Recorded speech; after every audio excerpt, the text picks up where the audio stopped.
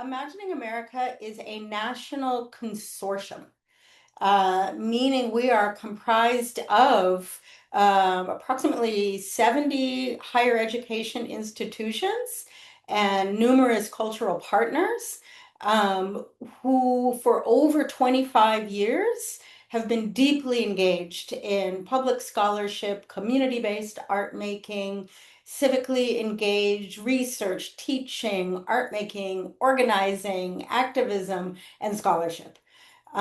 So we really are a national network. Anyone who's a member of Imagining America, any institution, every single person on that campus has access to Imagining America.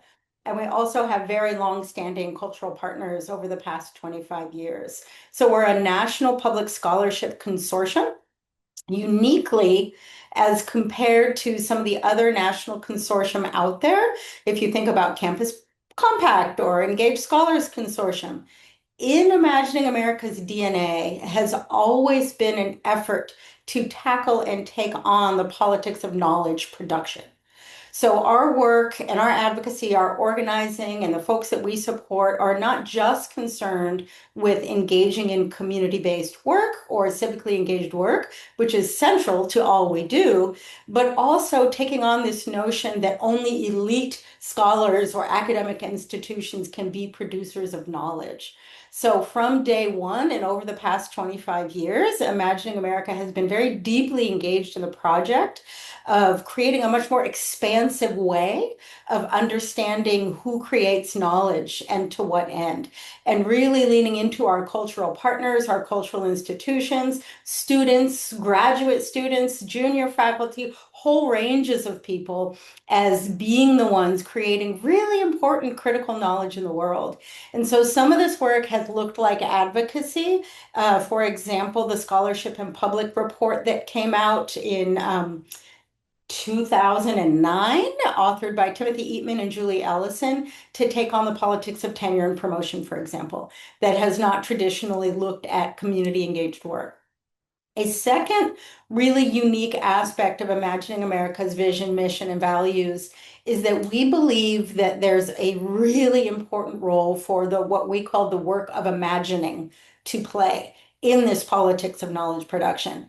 That to address the pressing public issues of our time, we have to be imaginative, and that creative work, art making work, narrative work, yes, oral history work, art making, creative participatory engaged design, not the disciplines themselves. We are not limited to working with art departments, design departments, humanities disciplines, but the modalities of creativity, of thinking in public history realms, of thinking of narrative work, creative work, engaged and participatory work, really holds the key to unlocking that imagination and really helps people move away from this stuck dead end polarized thinking that we get so caught up in academia and in the world today. So we really deeply lift and believe in and support and do work that demonstrates the work of imagining.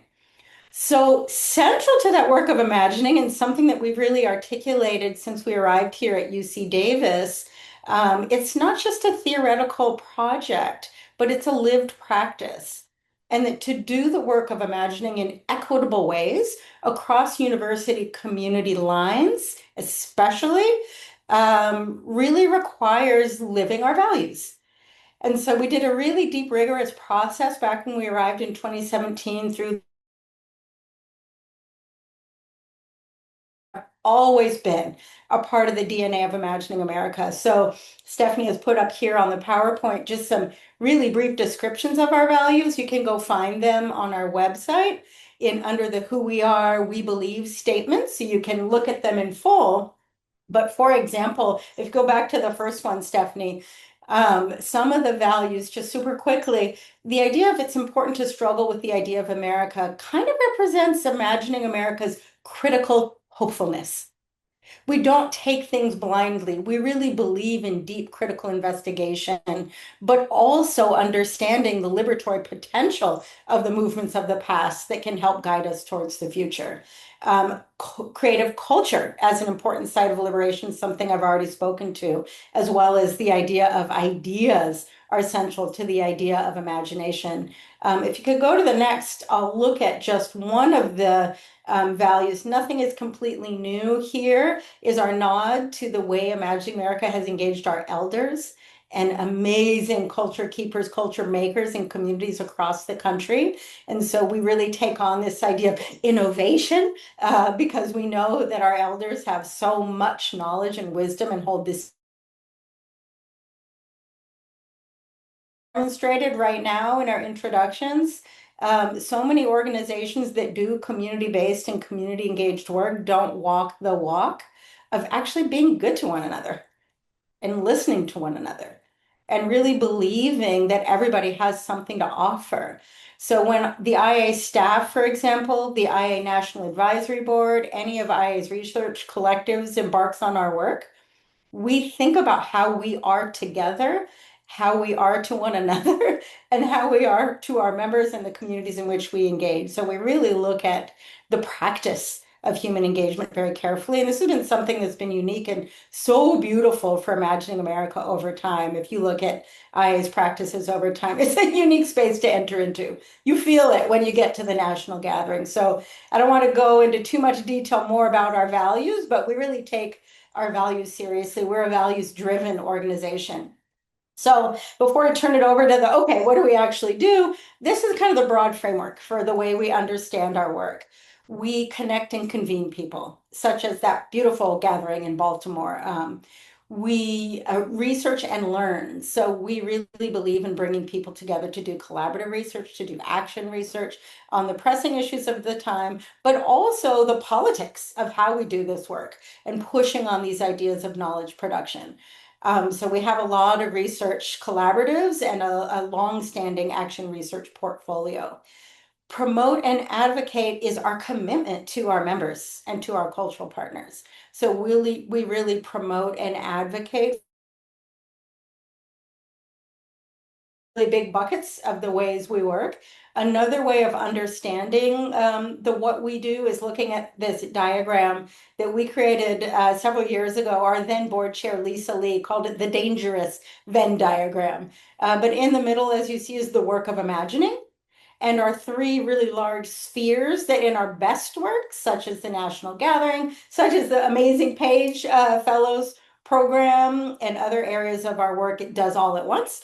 But sometimes we're working at the edges. So public scholarship, of course, we support public scholarship. We produce public scholarship. We demonstrate the value of public scholarship.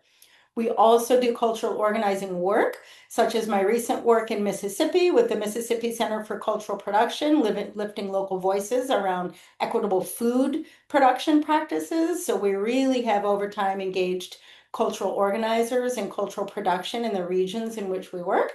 And then finally, campus culture change. We don't believe that any of this work is possible if we don't take on the broken structures within our academic institutions that aren't really effectively supporting this work. So those are our kind of three realms of work. And I know there's much more, but I'm going to turn it over to Stephanie to bring us down to the ground in terms of what we're actually doing.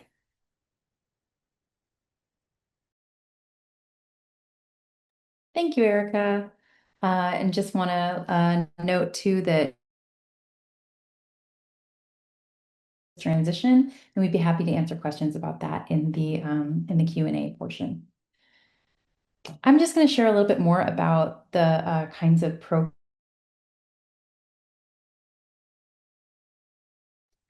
Stephanie, your volume seems to be off. found now. Better. Better? Okay, great. Um, Yeah, we have several kinds of programs that are available to anyone who's interested in the work of Imagining America. And then we also have special programs, opportunities, support for our member campuses in particular. So this involves our national gathering, which I'll say a little bit more about in the next slides, as well as our student fellowship programs, which are open to graduate and undergraduate students at IA member campuses. We also have the collaboratories, which are these research initiatives, collective art making spaces that I'll also say a little bit more about. We do online learning spaces such as this, Meet IA, but also other kinds of teaching and learning circles in the past. We've done study sessions, we've done book clubs, we have invited webinars from some of our other collaborators in the network, as well as on the ground regional events that we actually put on here in the YOLO bioregion. We do research and produce publications, many of which can be found on our website at imaginingamerica.org. We also produce resources and tools that I will say a little bit more about, and offer consultations and the promotion of our member work. If you're a member of IA, we really try to connect you with the network that includes both leadership and staff here at IA, but also the broader community that's in the IA consortium. I wanted to just go into a little detail about some of the actual resources that are of a great use to our members. So we produce this little toolkit. So if you are from a member campus of Imagining America and you're like, well, how do I activate or engage what it is to be a part of Imagining America here on my campus? We have this great little toolkit that can give you some advice and some guidance on how to get started.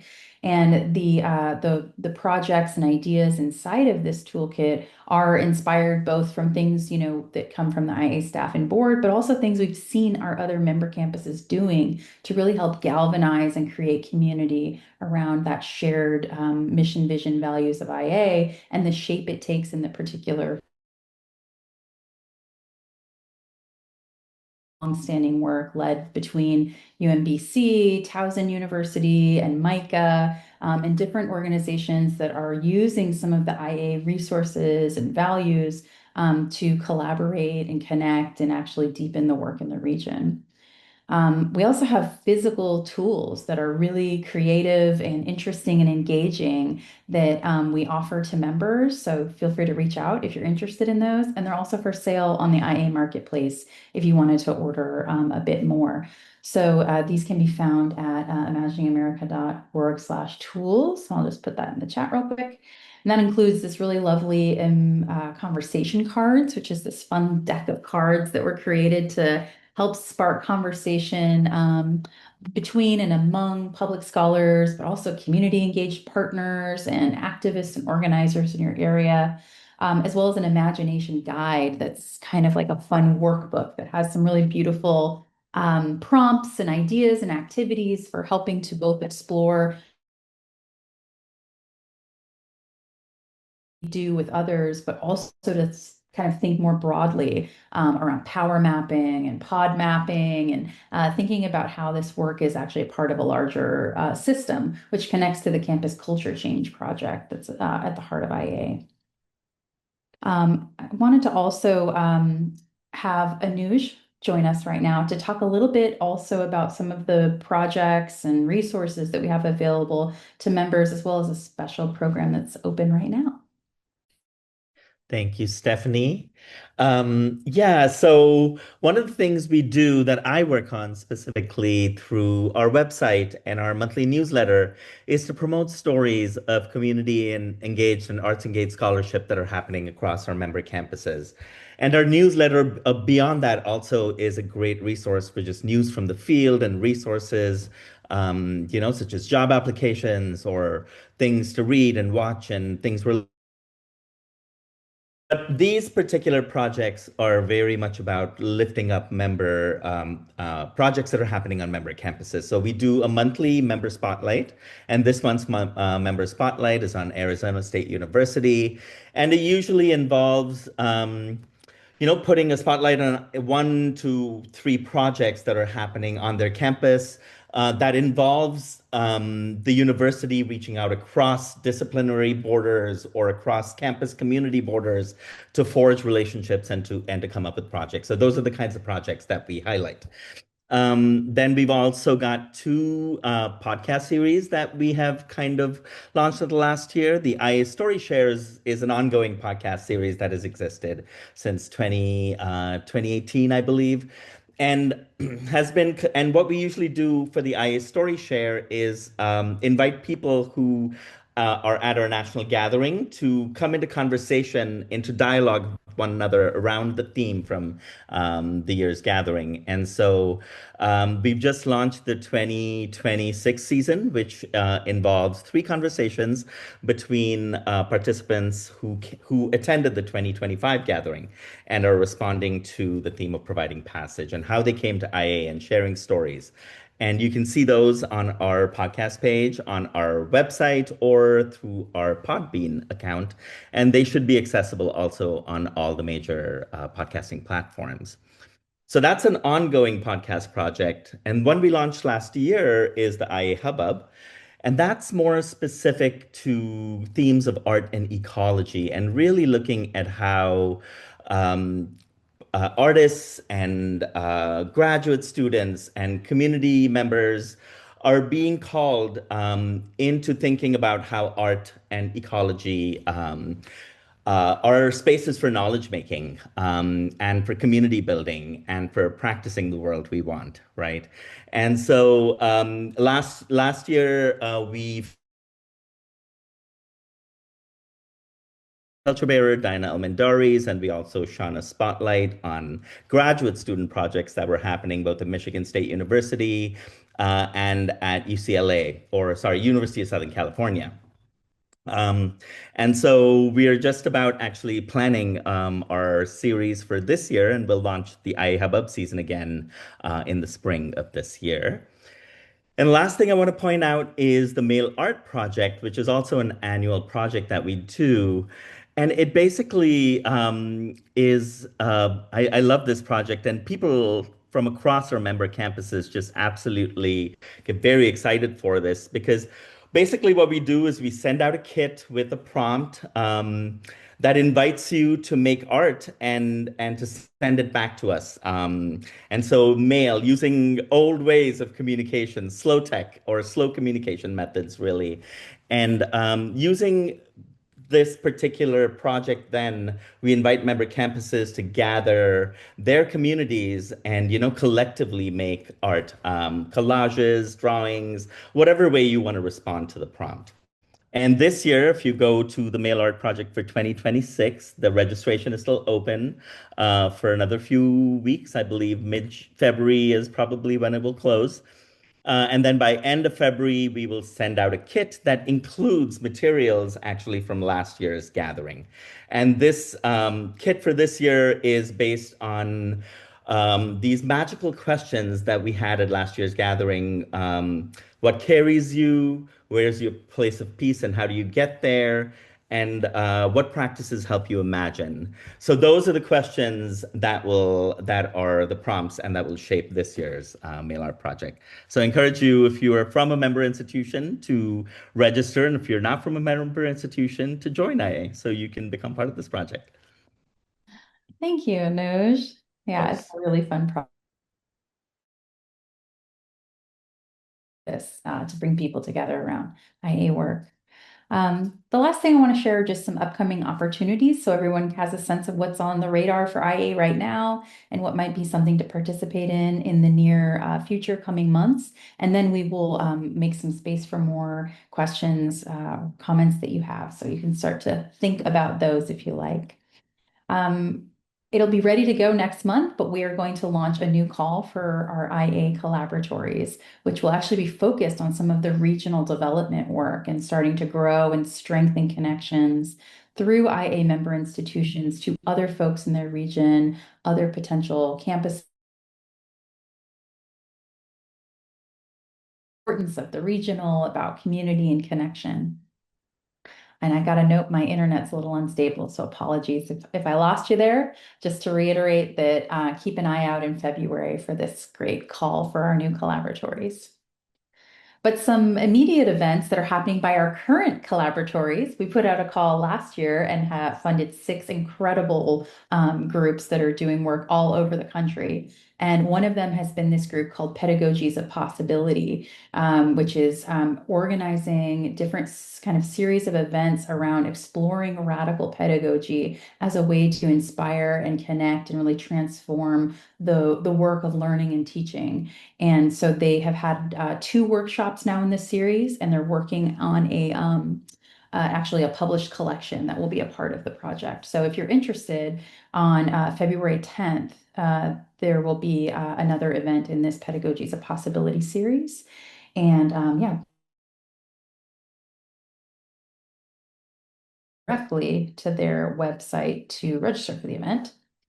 The other, which we will, so to save the date for now, but we'll create pages on our website for, has been this ongoing series that's been coordinated by two wonderful faculty at the University of Arizona around tools for the undercommons. So it's been this speaker series inviting really interesting public scholars, artists, makers and creators, publishers, poets to think about their own practice, but put them in conversation with one another and actually identify tools for doing the work that Moten and Harney kind of talked about, the undercommons as a way of being in the institution, but not of it. So they've just set their dates for March 18th and April 22nd, and we'll.